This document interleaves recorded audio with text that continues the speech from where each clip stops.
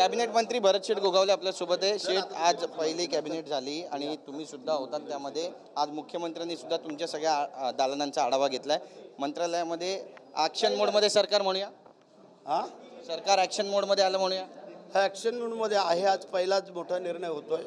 4800 hectare जमीन आणि जी काय सरकारी पड त्याच्यामध्ये गरीब शेतकऱ्यांची, कष्टकऱ्यांची किंवा अन्य लोकांची जी काय पूर्वी शासनाने घेतली होती त्या जागेचा वापर होत नाही आणि वापर न होणारी जागा अशी अनेक एकर पडून आहे आणि त्यासाठी आज आमच्या मंत्रिमंडळाने हा निर्णय केलेला आहे की ही जागा ज्यांची आहे त्यांनाच परत द्यायची आणि ते रेडी रेकनच्या भावामध्ये 25% मोठा दिलासा म्हणावा संपूर्ण महाराष्ट्र। ऐतिहासिक निर्णय आणि मोठा निर्णय तुमच्या कार्यकाळामध्ये पहिलाच गिफ्ट न्यू इयरचं म्हणा असं वाटतंय की आम्ही सगळे चांगलं काम करू आणि त्याची शुभ सुरुवात आहे। बरं, एसटी संदर्भामध्ये मोठे आरोप केलेले आहेत आणि बरेच आरोप आहेत। अंबादास दानवेंनी पण आज पत्रकार परिषद घेतली।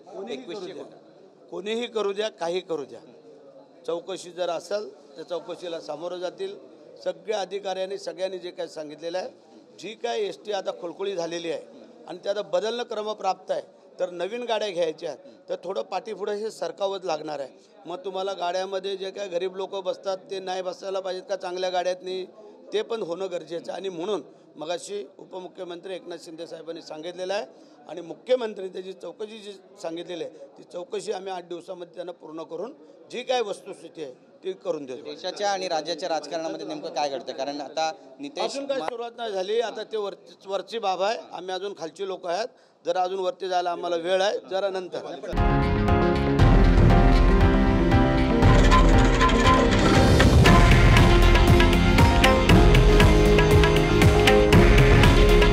हे आहे देशातील नंबर 1 न्यूज नेटवर्क आणि आपण पाहत आहात TV9 मराठी।